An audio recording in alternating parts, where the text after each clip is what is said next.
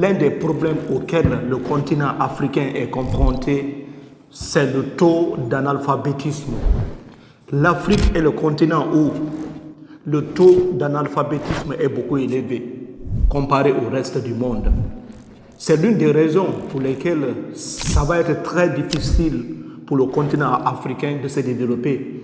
On ne peut pas développer un pays où la majorité de la population est analphabète. Qu'est-ce que ça veut dire? C'est de ça qu'on va parler dans cette vidéo. Parce que ça fait tellement mal de voir aujourd'hui le continent africain souffrir un peu partout. Et on va encore continuer dans cette souffrance pendant de très nombreuses années. Parce qu'il y a certaines réalités qu'on n'arrive toujours pas à comprendre. On ne peut jamais développer un pays où la majorité de la population est analphabète. Quand on parle d'abord de l'analphabétisme, c'est quoi alors? Ce sont des gens qui ne savent ni lire ni écrire. Quand on dit ça, les gens disent non, moi je ne suis pas analphabète. Non, moi mes grands-parents n'étaient pas analphabètes. Vous allez comprendre que vous êtes vraiment analphabète. Être analphabète, ce n'est pas seulement à dire que non, si je ne parle pas la langue française, la langue anglaise, chinoise, japonaise, etc., je suis analphabète. Non, c'est dans ta propre langue qu'on parle. Tu ne sais ni lire ni écrire. Avant même l'indépendance, il faut voir comment les gens vivaient en Afrique. Vous allez comprendre clairement que l'Afrique a perdu une grande partie de ses connaissances. Oui, on a beaucoup perdu en Afrique à cause de notre analphabétisme. Si tu regardes bien l'histoire, avant la colonisation, prenons seulement 1000 ans avant d'abord la génération de nos parents, ou bien 7 générations avant la génération de nos parents. Qui d'entre vous avait une écriture? Toutes les communautés africaines, rares ce sont des communautés qui avaient des écritures. C'est très rare de voir ça en Afrique. Ça veut dire quoi? Ça veut dire plus de 7 générations, 8 générations, on n'avait pas d'écriture. On a perdu toutes ces connaissances. On n'a même pas pu écrire quelque chose. Qu'est-ce que nos grands-parents nous ont légué? Absolument rien du tout. Rien n'a été laissé. Vous allez comprendre que oui, c'est l'une des raisons pour laquelle nous continuons encore à souffrir et nous allons toujours souffrir encore pendant de très nombreuses années. Quand les Blancs sont arrivés en Afrique, ils ont clairement vu qu'on était analphabètes. L'éducation se passait de bouche à l'oreille.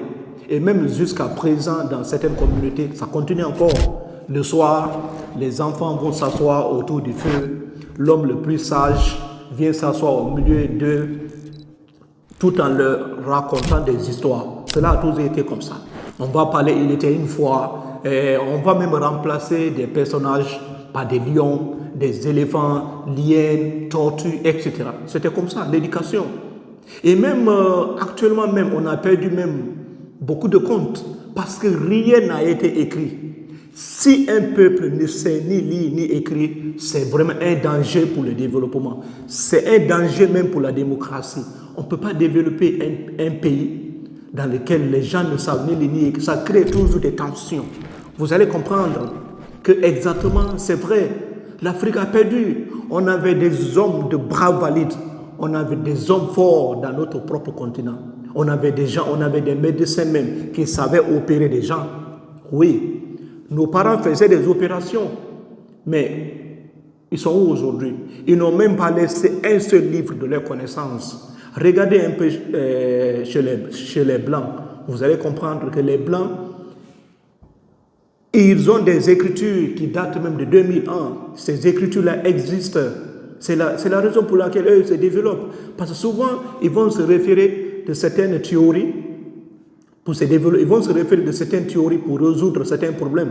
Si on voit aujourd'hui la Chine, par exemple, celui qui a écrit le livre « L'art de la guerre », lui, c'est un Chinois. Il a écrit ce livre-là qui date de plusieurs années, 500, 600 ans avant. Il faut bien comprendre l'art de la guerre, celui qui a écrit ce livre. Tu vois? Et même c'est ça que la Chine même se sert maintenant aujourd'hui pour attaquer Taïwan. Parce que dans ce livre, il a élaboré des stratégies pour convaincre, pour dominer un ennemi, sans même déclarer la guerre. Et chez nous en Afrique, c'est un problème. Parce que si nous sommes aujourd'hui en difficulté, Comment pouvons-nous résoudre nos problèmes? Parce qu'aucun livre ne parle de certains problèmes auxquels nous sommes confrontés dans notre propre continent. Ça devient tellement difficile. Si tu vois aujourd'hui le continent africain, la manière dont nous souffrons. Être analphabète, c'est quelque chose qui est difficile à résoudre. Si tu ne sais ni lire ni écrire dans ta propre langue, vous êtes analphabète. Parce que dans nos États, la langue de communication officielle, souvent c'est le français, l'anglais ou bien l'arabe. Et le peuple même ne sait absolument rien. Le peuple ne peut même pas s'exprimer en français, en anglais ou bien en arabe. Ça devient un problème, à condition que l'État adopte une langue nationale. Sinon, on ne pourra pas nous en sortir parce que les conséquences sont dangereuses dans notre pays, dans nos différentes zones. Imaginez par exemple une femme analphabète qui part acheter un médicament à l'hôpital ou bien à la pharmacie. Quand elle achète le médicament, il y a des inscriptions là-dessus. On dit qu'il faut prendre le médicament là par jour, 2 pièces ou bien 3 comprimés comme ça, de telle heure à telle heure. Et même la date d'expiration, tout peut être écrite. Mais si la dame même ne sait ni lire ni écrire, imaginez le danger. Vous voyez le problème? Et souvent même, les gens sont manipulés parce qu'ils ne savent ni lire ni écrire. Ils ne savent même pas ce qui se passe dans leur propre pays. Vous allez même voir que nos parents sont souvent reculés dans des zones les plus reculées même du pays. Ils sont là-bas, ils ne savent même pas ce que c'est que même leur pays, ce que c'est que le patriotisme. Parce que l'information, les vraies informations sont souvent données en français, en anglais. Ça devient un problème. Et ces genres de personnes sont tellement difficiles à convaincre. Lors d'une élection, souvent, vous allez comprendre que les gens sont tellement analphabètes. Les gens ne savent même pas quel est le meilleur candidat pour eux.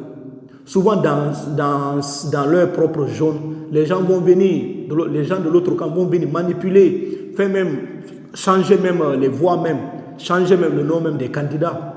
Oui, ils vont tromper le peuple parce que les gens ne savent ni lire ni écrire. On va vous tromper tout en vous obligeant à voter pour quelqu'un d'autre. Vous ne savez même pas d'abord qui est votre véritable candidat. D'autres même vont leur dire non, quand tu pars voter, il faut regarder le monsieur qui a chapeau là, le monsieur qui a parapluie là. Tu as vu le problème? Souvent on vous manipule parce que vous ne savez même pas lire ni écrire. C'est un problème, c'est un danger même pour une nation. Si le peuple ne sait ni lire ni écrire, ça va être un chaos total. Et c'est de ça qu'il s'agit. Il faut vraiment lutter contre l'analphabétisme dans nos différentes zones. Parce que sans ça, on ne pourra pas nous en sortir.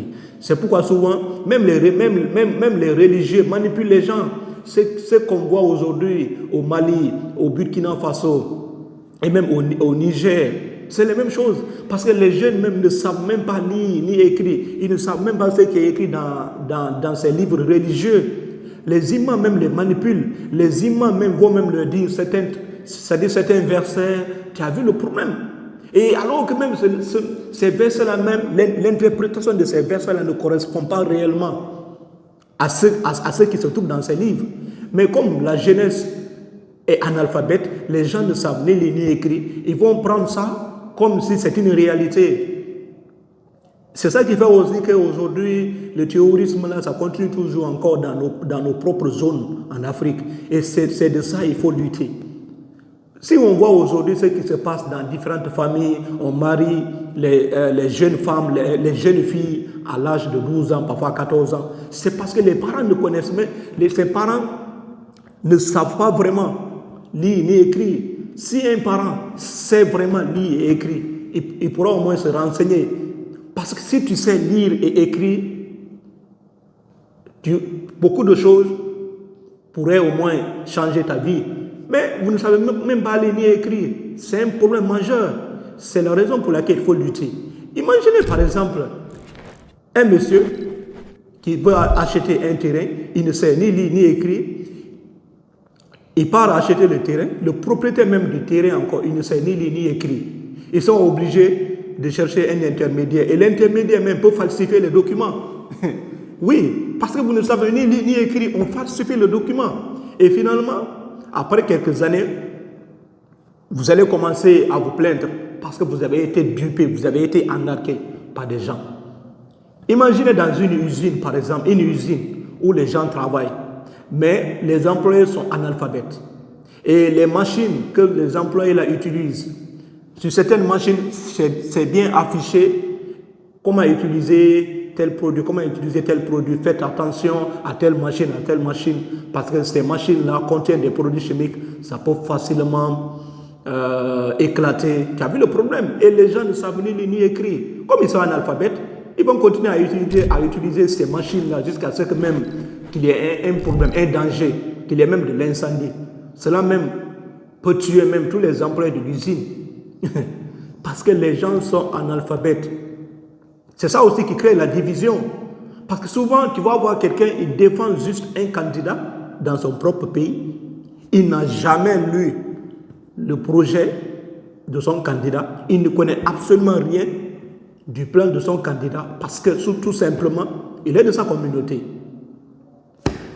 Si tu te demandes concrètement, celui qui est ton candidat préféré là, quel est son projet? Il a quel projet pour le pays? Il ne va jamais te dire.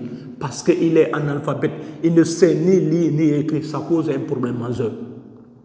Aucun pays ne s'est développé dans l'analphabétisme. Si on n'arrive pas à résoudre ce problème, nous allons toujours rester encore là pendant des années et des années. Oui, parce qu'on refuse d'accepter la vérité, accepter cette vérité. Regardez tous les pays qui évoluent dans le monde entier. Tous ces pays-là ne sont pas des pays analphabètes. Tous les peuples savent lire et écrire. Oui, parce que si vous ne savez pas ça, c'est un danger. Et je vous ai donné beaucoup d'exemples. Quand on voit même dans le secteur agricole, c'est la même chose. Les gens sont analphabètes. Il y a de nouvelles technologies agricoles, des nouvelles méthodes que nous devons pratiquer dans le secteur agricole. Mais les gens sont analphabètes. Ils continuent à faire la même chose depuis des années et des années. Tu as vu le problème? Les gens continuent à travailler comme si nous étions encore dans les années 1200, 1300. Alors que le monde change. Mais pour eux, leur mentalité, tout est fermé. On ne peut pas développer un pays dans l'analphabétisme. Ça, c'est le combat pour nous tous. Il faut qu'on lutte contre l'analphabétisme dans nos pays. Parce que l'Afrique, le taux d'analphabétisme est beaucoup élevé. Luttons contre ça. On se retrouve encore dans une prochaine vidéo. Merci et merci.